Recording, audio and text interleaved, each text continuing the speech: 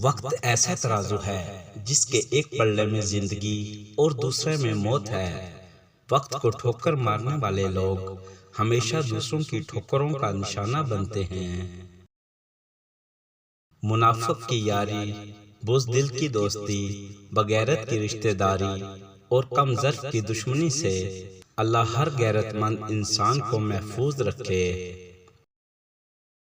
معاشرے کے بدترین لوگ وہ ہیں جو کمزور کی غلطی پر شور مچاتے ہیں، طاقتور کی غلطی پر مجرمانہ خاموشی اختیار کرتے ہیں۔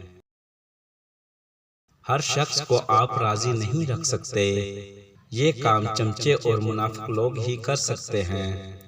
باضمیر، سچے اور بااصول لوگوں سے اکثر لوگ ناراض اور ناخوش ہوتے ہیں۔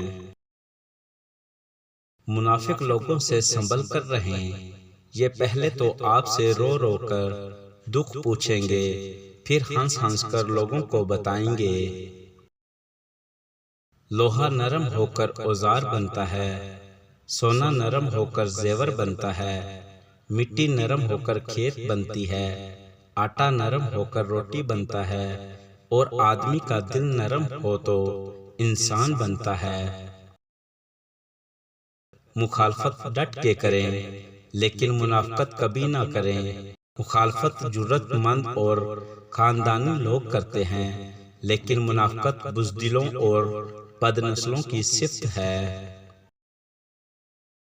منافق دوست اور سائے میں کوئی فرق نہیں ہوتا، دونوں روشنی میں ساتھ ہوتے ہیں اور اندھیرے میں ساتھ چھوڑ جاتے ہیں۔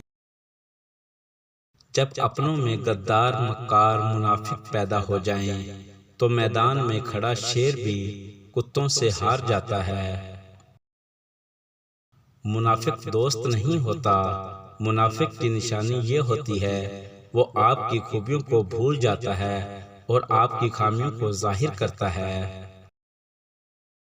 دوست کے ساتھ اس نمک کی طرح رہو جو کھانے میں دکھائی نہیں دیتا، لیکن اگر نہ ہو تو اس کی کمی بہت محسوس ہوتی ہے۔